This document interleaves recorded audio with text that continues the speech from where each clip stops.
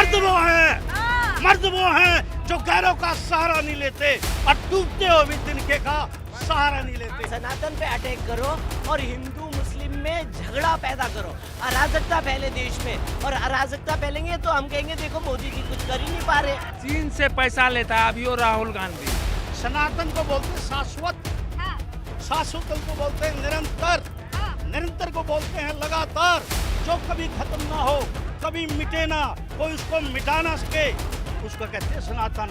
NDA जो है, NDA alliance जो है ना, वो बिल्कुल बिखरा पड़ा हुआ है, उसमें कोई जान ही नहीं है, और जो जान बची हुई थी वो उदयनिधि ने खत्म कर दी। अंग्रेजों ने हमारे देश पे जब राज किया था 250 साल, तो हमारे देश का नाम था भारतवर्ष, और अंग्रेजों ने अपना नाम दिया था इंडिया। नमस्कार, आप देख रहे हैं न्यूज़ 1 इंडिया और मैं हूं आपके साथ आस्था तिवारी। प्रधानमंत्री किस तरीके से जनता के लोकप्रिय हैं, ये बताने के लिए मुझे कुछ कहने की जरूरत नहीं है, लेकिन आज जिस तरीके से पुरानी संसद के बाद नई संसद में, नई इमारत पे जो आज कहानी लिखी जा रही है, उसको लेकर के लोग कितने खुश हैं, और उसके साथ ही साथ महिलाओं के लिए जो आरक्षण में निकाला गया, तमाम मुद्दे थे, उसको लेकर के लोगों के मन में क्या कुछ है, आइए जानते हैं। क्या लग रहा है, प्रधानमंत्री आखिर किस तरह की छवि दो लोगों के मन में बनाना चाह रहे हैं?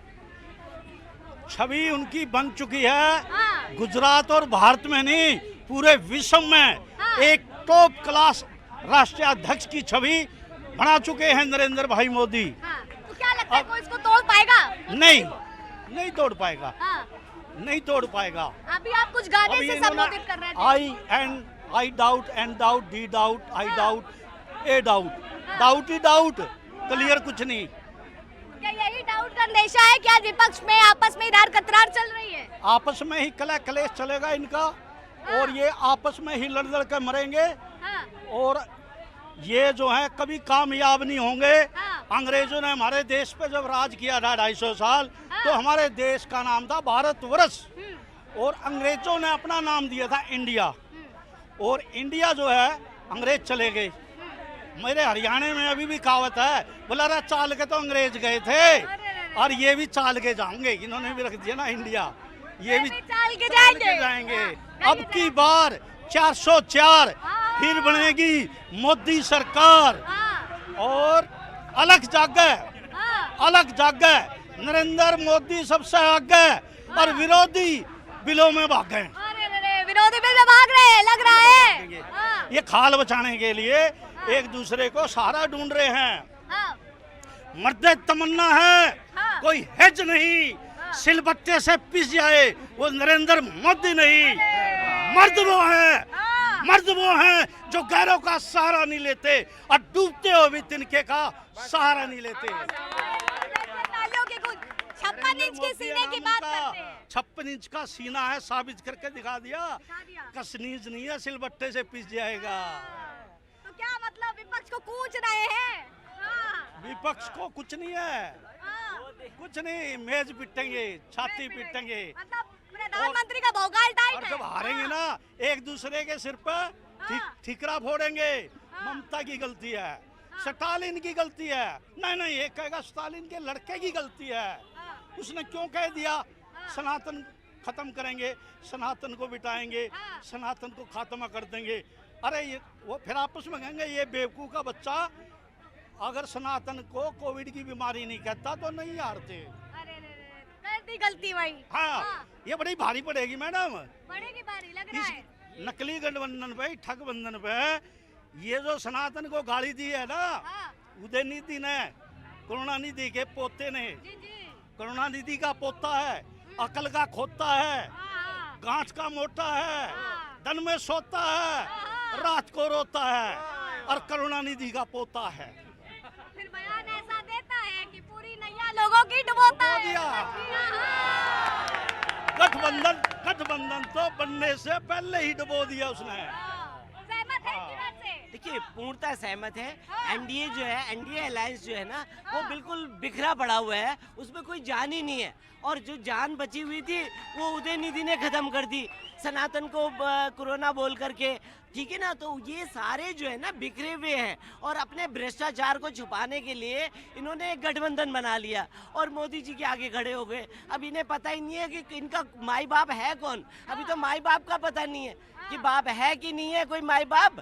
तो वो सब अपना अपना झंडा डंडा लेके 24 में आपको अलग अलग दिखेंगे और सब कहेंगे एक दूसरे का ठीकरा ना एक दूसरे में फोड़ने लग जाएंगे। सनातन का मुद्दा भी काफी उठाया गया, क्या लगता है कि वाकई आज कहा जा रहा है कि माफी मांगनी चाहिए, मांग उठ गई है?